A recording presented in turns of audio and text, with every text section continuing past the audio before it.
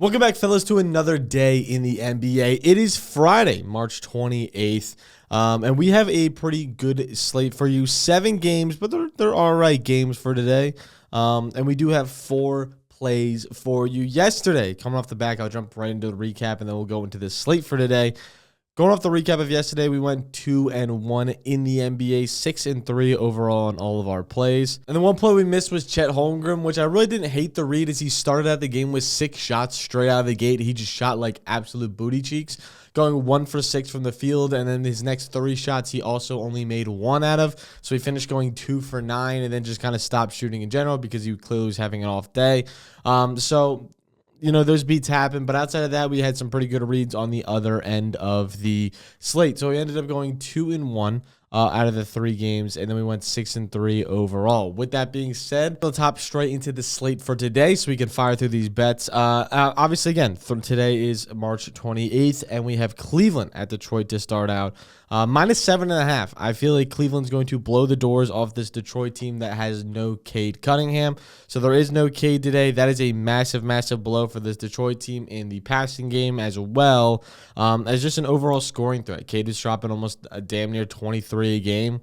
24 a game in the past stretch of about 15 games. So he's been doing really, really well. And now they're going to be without him. Obviously, he was passing the ball really well as well. So no Cade Cunningham against a Cleveland team that you really can't go in undermanned and expect to win ball games. So I'm going to lean Cleveland to cover here, minus 7.5 pretty comfortably. And I said earlier in my one write-up I put out on Twitter that this could be blowout territory for sure. I'm expecting it pretty well. So I expect Cleveland to kind of do their thing here, and this could get out of hand. Then we're going to head to Charlotte and Toronto. It is a minus 6 spread. There is no LaMelo Ball. I like the Hornets still to cover here.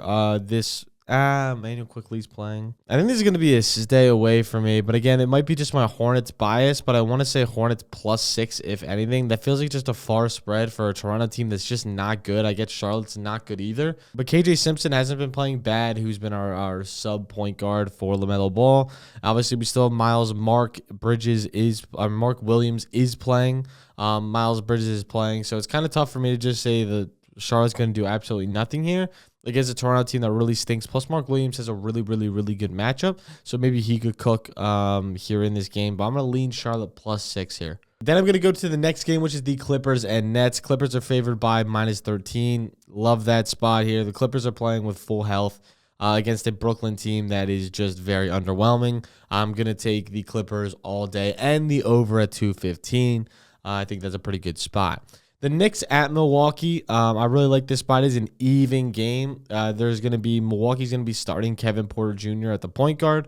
So we'll see him take probably a high volume of shots as he normally does. Going against Mikal Bridges, Josh Hart, OG Anunoby, and Karl Anthony Towns with no Jalen Brunson for the New York Knicks. It's in Milwaukee. I still think I like the Knicks to cover here. I understand their offense has been sluggish without Jalen Brunson. But Milwaukee with no Damian Lillard is not a team I really like on paper. And Kyle Kuzma has not stepped into a role that I feel like he should have coming over to this squad. Therefore, I'm going to take the Knicks in this one pretty comfortably to cover what's an even spread. I like them to just outright win this game. Then we're going to go to Golden State. Sorry, I'm kind of bouncing around here on the graphic. But we're going to Golden State and the Pelicans here. Golden State's favored by 14. There's no Zion Williamson. Golden State by 1 million. We're going to keep moving from there. Jordan Hawkins and Jose Alvarado are not going to hold it down, sadly. Then we're going to go to Minnesota and the Suns. This is my favorite game for today. Anytime you get to watch and play KD, it is an absolute cinema, and people don't appreciate enough trust. So I really like Anthony Edwards and KD to kind of go off in this game as they always do when they play each other. With that being said, Minnesota being a minus 7.5 feels a little bit far. I understand they're just a better team on paper and they're at home, but Phoenix has been playing teams really tough outside of the Celtics. So I think Phoenix is able to keep this one close. I'm going to take them plus 7.5 here compared to Minnesota. Then we're going to go to the Denver game, which is our last game. Denver versus Utah. Everyone's pretty much going to be playing for Denver. At least everyone is probable. That's why they're favored by so much. And Utah might be without Colin Sexton and Walker Kessler. I'm going to lean Denver to blow out this Utah team, as if they have no Colin Sexton and they have no Walker Kessler, this one won't be close. with that being said, I do have some plays for today, so let's hop straight into those. Starting with Anthony Edwards, go over 27.5 points. He obviously puts on his best show versus KD, so we're going to be kind of using both of them in place for today. Again, Katie's been cooking recently, so we're going to take Ant to try to keep up. You know he's going to want to play keep up with him, and you know he's going to want to outscore him. Phoenix allows his second most points opposing shooting guards in the past 20 games as well this season. And Ant has crushed this line versus Phoenix, hitting this in 4 of the last 5 games, averaging 34 points in those games. And in the last 10 games, Phoenix is allowing the 4th most points above the arc, which is where Ant scores 43% of his points in the past 10 games. And the Suns allowed the 6th most points to the pick-and-roll ball handler this season, which is where Ant scores 28% of his points this season. So, again, a great matchup for Ant in a high-heated, emotional game. I think Ant's going to be able to come out here and dominate against his favorite player ever in Kevin Durant. And then we're going to go to Kevin Durant over 2.5 3-pointers made. I really like this spot. It's minus 110 on DraftKings. Katie's going to battle with Ant. They're probably going to go back and forth in this one. And he's been crushing this line recently, hitting over in 4 of the last 5 games this season, averaging 7.2 3-point attempts per game. KD, when playing the Wolves this season, also has attempted 8 and 9 3-point attempts, hitting over in both of these games. And 7 of the last 10 power forwards to face this Minnesota team have gone over on the 3-pointers made mark. And without Bradley Beal, he's hit this in 56% of games this season. So, again, we've seen a pretty good sample size. He's going to see a lot of volume now that Bradley Beal is kind of just officially out. Well, not officially. Not kind of officially out. He's officially out. So, with Bradley Beal kind of gone, and Kevin Durant and Devin Booker seeing more and more shots, I'm going to lean KD here in a matchup where he's going to want to take out Ant. Then we have Jalen Duren under 14.5 points. I really like this spot. It's probably going to be 13.5 by the time you see this. Yes, I still like it at 13.5.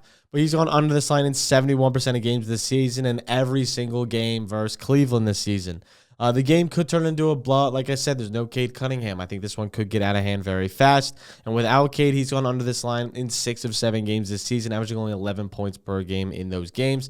And Cleveland allows the 7th fewest points in the restricted area in the past 10 games. That's where 88% of Durant's points come from. Obviously, he's just a drive guy.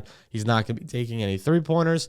And 9 of the last 14 centers to face this Cleveland team have gone under on their points lines. And when playing without Cade, he's only averaging 6.6 field goal attempts per game. So again, matchup is there. Volume is not there for him to go under this line. So I think this is a pretty comfortable spot where I don't think Jalen Duren's going to score 15 points against a stifling Cleveland defense without Cade Cunningham. And then my last play is going to be our plus money play. It's going to be Mark Williams to get a double-double. Love this play without LaMelo and Brandon Miller this season. He's hit this in 6 of 10 games. And Mark is also seeing 17.2 rebound chances per game, averaging 11.1 field goal attempts per game in those 10 games. Mark now has a great matchup versus Toronto, who allows the 2nd most rebounds to opposing centers in the past 10 games, as well as the 6th most points in the past 5 games to centers. Toronto also allows the 3rd most double-doubles this season, as well as they allow the 5th most points in the restricted area this season, which is where 77% of Mark's points come from in the restricted area. So, again, great matchup, great spot for him. A double-double feels like an automatic versus Jakob Poeltl, so I feel like this should be a no-sweat. Easy money cash for Mark Williams as long as it's not a huge blowout, which again I don't think it is. I think the Hornets can keep it close.